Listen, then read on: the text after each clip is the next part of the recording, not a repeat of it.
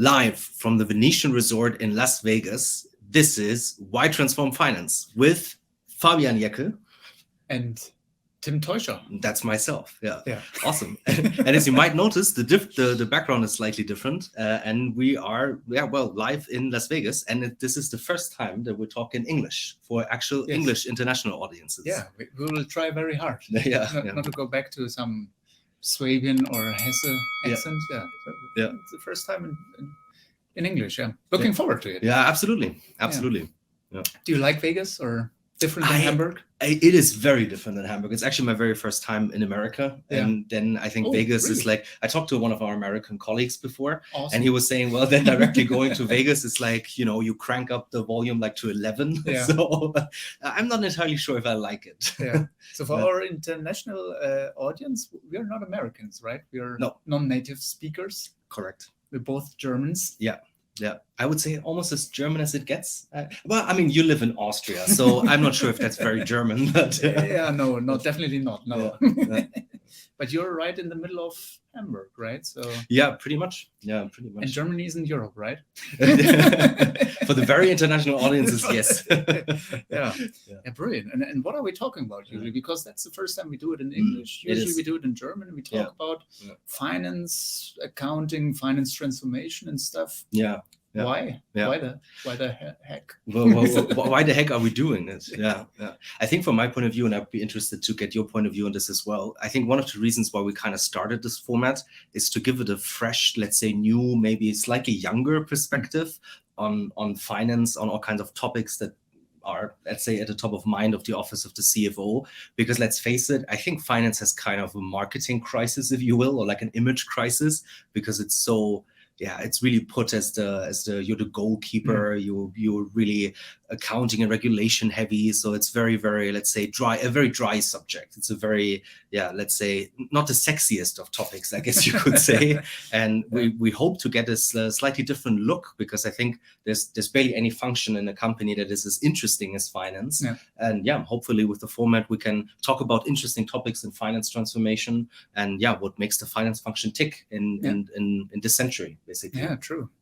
Yeah, I know. I mean, that's the 24th edition for us, right? Yeah. So it's a special edition. It's a special edition. We do it weekly, more or less. I think the only time we skipped it was between Christmas and New Year's Eve, right? So if I can count correctly, a year has 52 months. Weeks. 52 weeks, right? 24 editions. We already have the half-year mark there. Oh, damn. Correct? Yeah, you're right. Right. Oh, wow. It's like half-year anniversary, basically. Almost. So that's actually why we flew to Vegas. Yeah, exactly. Yeah, that's the reason we're here. There's no other reason why we're here. I mean, probably for the ones who don't know us, just check out our LinkedIn profile. We both work for the same software vendor. That's also the reason we are in Vegas right now. Yeah. But in this format, we don't talk about vendor-specific stuff, but more about the general aspects of finance transformation. Absolutely. And I mean, you do have an accounting background, right? You need an accounting background to talk about finance, or no? Or I think it helps sometimes. Sometimes. Sort of. I mean, as you said, I think people can check out our LinkedIn profiles. But I've spent almost 7 years in management consulting, specifically in finance transformation. So any topic that basically keeps the office of the CFO up at night, from organizational topics like shared service centers, through process-driven topics, process optimization topics, digital workflows, the typical stuff, and then at the very end also technology, and actually implementing ERP systems, which is, I would say, one of the more complex projects that you can do in a finance function. So that's a bit, some perspective that I hope that I can bring into the discussion. Nice. How about yourself? I mean, I know your background, but maybe for the audience. A long time ago, I thought I'd go into entertainment or movies. Did that for a year, set running, boiling coffee and stuff. But I realized, well, there is a certain limitation to my own creativity and willingness to do stuff in that kind of industry. And then I took the business administrative route and studied that. And after my studies, basically my wife and I, we decided to go abroad, and had two options on the table: either becoming a Scottish auditor for one of the big four companies, or instead going to back then pretty much unknown software vendor. I went to option two, right? But I still have that kind of touch to finance, right? Obviously, but more from a controlling side, but with an understanding, of course, for the accounting department or requirements that accounting have. And as you mentioned earlier, I think finance has a, image could be better, right? So if you think about career opportunities right now as a young graduate, if you're looking for jobs, probably finance and accounting is not the first place you would move into. I think also if you look at statistics here in the US, everyone is struggling getting auditors, or Big Fours here in the US are struggling to get new recruits into the door. For us in Europe, it's pretty much the same. Absolutely. I mean, last week I talked to someone in Berlin, head of accounting in Berlin. Everyone is looking for accountants, right? Which is incredible. And of course, everyone talks to each other, and they know what their market value is. So it's a hot market for accountants in Berlin right now. Unimaginable, right? So I don't know, 10 years ago, that was a little bit different. But I mean, that's why finance transformation or technology, I think, plays also a bigger part more and more on the finance or accounting side, because labor gets more expensive. It's rare. Skilled people, there is a lack of skilled people, and many companies or organizations try to substitute it with technology, and then you ultimately move into that direction of a finance transformation, because if you can't get an army of accountants or finance people, you have technology, and now you have to deal with it. It's a little bit different working with technology than working with a bunch of people. Absolutely. You land in the transformation corner. And what I find so interesting about this, like particularly in management consulting, for many, many years, people have always talked about how actually automations through robotics, for example, or just in general, let's say maybe the ERP system has certain ways how they can how processes can be automated, that actually the accountant is one of the jobs that is, so to say, at a danger, because it will just become obsolete. And I think that's so interesting to me, that particularly nowadays, the office of the CFO, and not only the office of the CFO, but companies are really struggling to find qualified talent. So that's a really interesting discrepancy that I see there, that I think is really quite interesting. Yeah, I think the traditional role of an accountant, right? Everyone has that stereotype in their mind of someone's counting beans, right? And getting the T accounts. I don't know. Do you guys do the T accounts here in the I don't know. Probably not. But the manual journal entries and stuff, or manual accounting, that's probably going to disappear, vanish at some point. But the intersection between accounting and technology and management accounting, or controlling, how we call that in Europe, or FP&A, is getting bigger. It's blurring at the edges, right? Totally. So if you need people in that finance function, they need to have a better understanding of each and all those aspects, basically. But they also need more soft skills, right? So the accountant is basically the person you lock up in the basement, right? And they take care of receipts and stuff.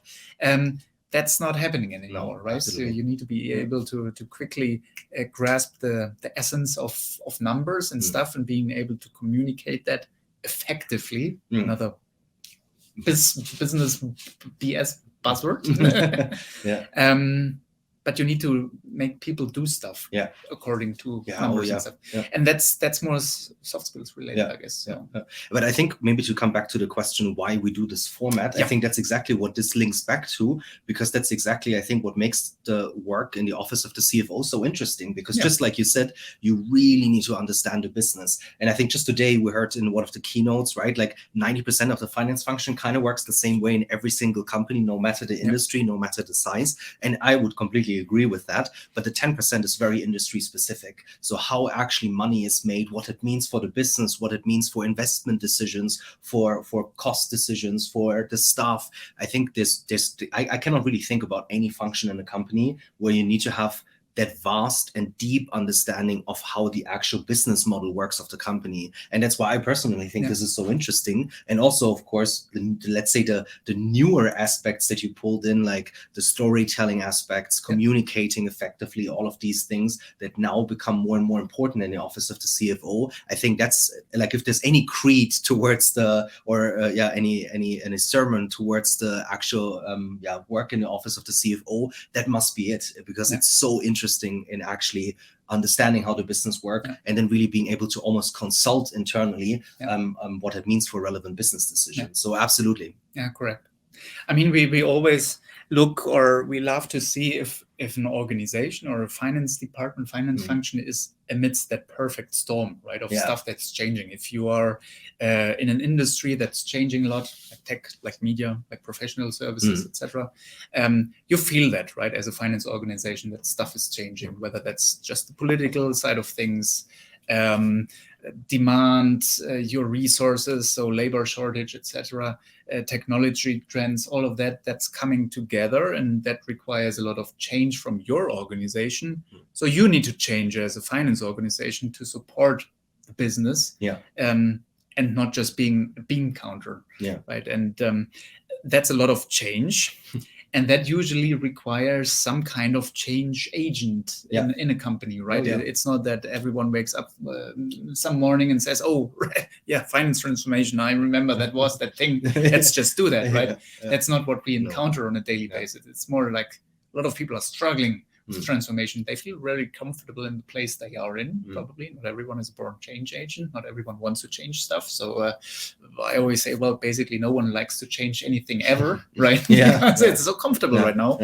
I mean, there's a reason why never change a running system is such a phrase that sticks to everyone's mind, right? I mean, as a head of accounting, as long as you don't end up in jail, it's a good day. Right? As long as you're compliant, it's been a pretty good work day. Exactly. So why change, and why taking the risk of not being compliant or just having a massive project that has an unsecure or uncertain outcome? So that's always a risk for finance transformation. Because if you just do little changes at the edges, is that a transformation?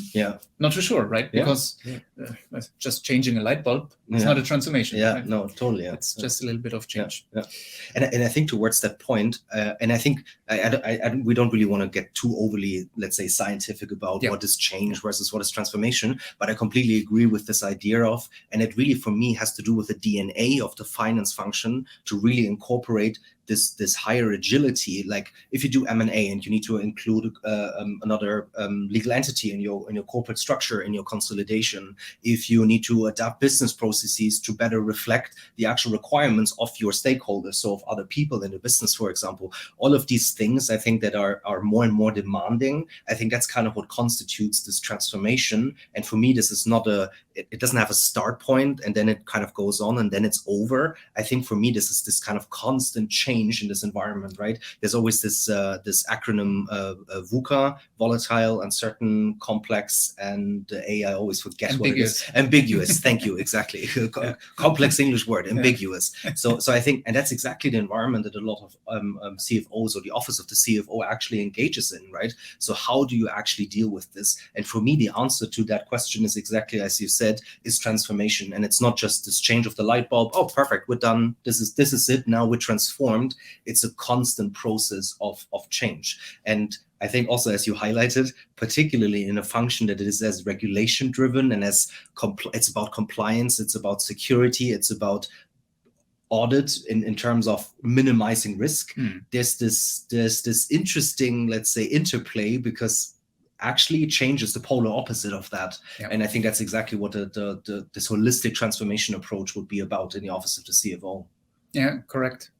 I mean, what I see is when we talk about transformation or finance transformation is that there is probably a difference between companies who have the opportunity of a late birth, let's call it like this, and coming probably more from a greenfield approach, than companies who've been around for a while and brownfield, have established routines and processes and methods and systems and all that good stuff.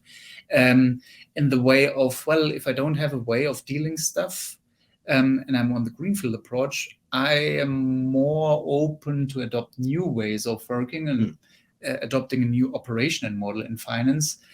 Rather when I have a group of people or an organization who've done the job for 30 years, probably in the same seat, in the same position, and teaching an old dog new tricks is a little bit cumbersome, right? So that's what I see. But there is probably a second phase to that, right? So the early adopters, they are probably already on the train. If you look at the bigger ones, also in Germany, like the DAX, our what's that? Or Fortune 500, Fortune 50 group.